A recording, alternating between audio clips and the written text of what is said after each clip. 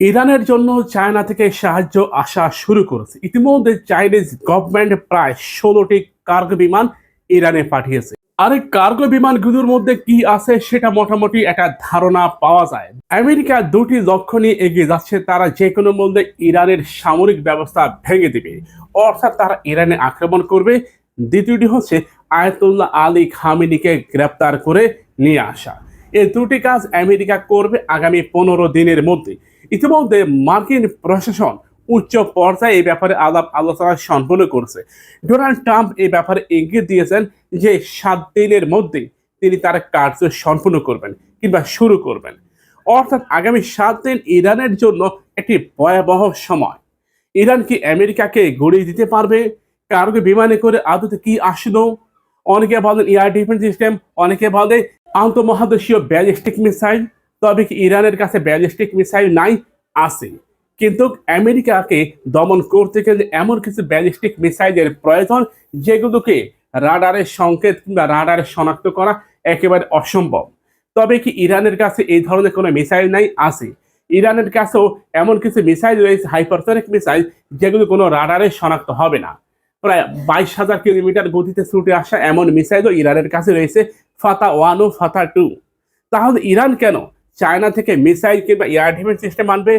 দেখেন, এককভাবে আমেরিকা ইরানে আক্রমণ করবে না।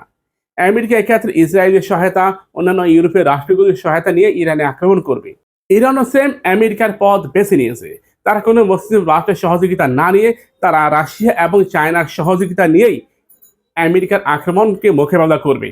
তাহলে অনেকে হয়তো বলবেন, কেন মুসলিম রাষ্ট্রগুলোর সহযোগিতা নেবে না? দেখেন, ইরান এটা আশা করেছিল যে সৌদি আরব তাদের পাশে থাকবে, কিন্তু সৌদি আরবের মোহাম্মদ বিন সালমান ইরানের পাশে থাকা তো দূর থাক, বরং ইরানের অনেক গোপন তথ্য তারা আমেরিকার হাতে পৌঁছে দিয়েছে। এমনকি আমেরিকা যাতে ইরানের সহজে আক্রমণ করতে পারে, হামলা করতে পারে, এক্ষেত্রে সৌদির আকাশসীমা উন্মুক্ত করে দিয়েছে আমেরিকা। এক্ষেত্রে জর্ডান রয়েছে, এর ক্ষেত্রে বাহরাইন রয়েছে, এক্ষেত্রে ওমান রয়েছে, কাতার রয়েছে। এই রাষ্ট্রগুলো তাদের আকাশসীমাকে উন্মুক্ত করে দিয়েছে আমেরিকাকে। আর আমেরিকা এই আকাশগুলি ব্যবহার করে B-2 bomber, F-35, F-16 Falcon, এমনকি সুপার গতিসম্পন্ন হর্নেট যুদ্ধ বিমানকে তারা এখানে নিয়ে আসবে। এখানে আনতে গেলে কিছু মুসলিম রাষ্ট্রের আকাশপথ ব্যবহার করতে হবে। যেমন গত ২ দিন আগে বাংলাদেশ ভারতকে নিষেধাজ্ঞা দিয়েছে, অর্থাৎ বাংলাদেশের আকাশপথ ভারতের জন্য এখন থেকে নিষিদ্ধ। বাংলাদেশের আকাশপথ ভারত ব্যবহার করতে পারবে না, চাইলেও পারবে না। আন্তর্জাতিক সামরিক র্যাঙ্কিংয়ে ভারতের অবস্থান ৪ নম্বরে, কিন্তু বাংলাদেশ ৩৫ নম্বরে থেকে ভারতের জন্য বাংলাদেশের আকাশপথ বন্ধ করে দিয়েছে। আরব রাষ্ট্রগুলো চাইলে এটা করতে পারত, কিন্তু তারা এটা করেনি। এ কারণে ইরানকে বাধ্য হয়ে চায়না কিংবা রাশিয়ার সহযোগিতা নিতে হচ্ছে। এটা একটা পরিষ্কার বিষয়। ইরান খুব সহজেই আমেরিকাকে দমন করতে পারবে। ধারণা করা হচ্ছে এতে করে সারা বিশ্ব থেকে আমেরিকার যে নামক একটা রাষ্ট্র, এই রাষ্ট্রের একটা বিলুপ্তি ঘটবে। আপনাদের একটা কথা মনে করিয়ে দিই, আপনারা ব্রিটেনের নাম শুনেছেন, অনেকেই জানেন। ব্রিটিশরা একটা সময় আমাদেরকেও শাসন করেছে, সারা পৃথিবীর অর্ধেকটা তারা শাসন করেছে।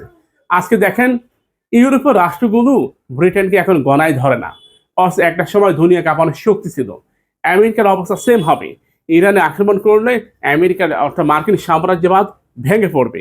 পৃথিবীতে শক্তিশালী যে রাডার ব্যবস্থা, তার ৩টির একটি চাইনিজ রাডার ব্যবস্থা। তার এমন শক্তিশালী রাডার তৈরি করেছে যে যত শক্তিশালী যুদ্ধ বিমানে পাঠাক না কেন, এমনকি B-2 বোম্বার পাঠাক না কেন, এটা ধরা পড়ে যাবে। তাহলে হয়তো অনেকেই বলবেন যে আমেরিকা কেন আক্রমণ করতেছে না, বা চায়না তাদের এমন কিছু প্রযুক্তি ইরানে মোতায়েন করেছে, এতে করে B-2 বোম্বারের অনেক তথ্য চায়নার কাছে চলে যাবে। এই ভয়ে আমেরিকা এখনো অপেক্ষা করতেছে। বা ইরানও কম চালাক না। ইরানও আমেরিকাকে দমন করার জন্য খুব কৌশলে চাইনিজকে একেবারে উন্মুক্ত করে দিয়েছে। আর চায়নার পরবর্তী টার্গেট একটাই, আমেরিকার সাম্রাজ্যবাদ ভেঙে ফেলা। বা রাশিয়া কখনোই আমেরিকার বিপক্ষে যুদ্ধ করবে না। রাশিয়ার এটা প্রয়োজনও নাই। জনসংখ্যা সবকিছু মিলিয়ে রাশিয়া এমনিতে একটা ঝামেলার মধ্যে আছে। তা রাশিয়া কখনোই আমেরিকার বিপক্ষে যুদ্ধ করবে না। আমেরিকার বিপক্ষে যুদ্ধ করবে কে? চায়না।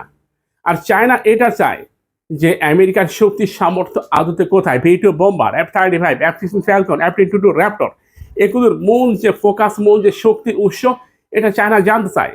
এই কারণে তারা ইরানের বিভিন্ন জায়গায় নিজস্ব রাডার ব্যবস্থা স্থাপন করেছে। আর এটা আমেরিকা খুব ভালো করে বুঝতে পেরেছে।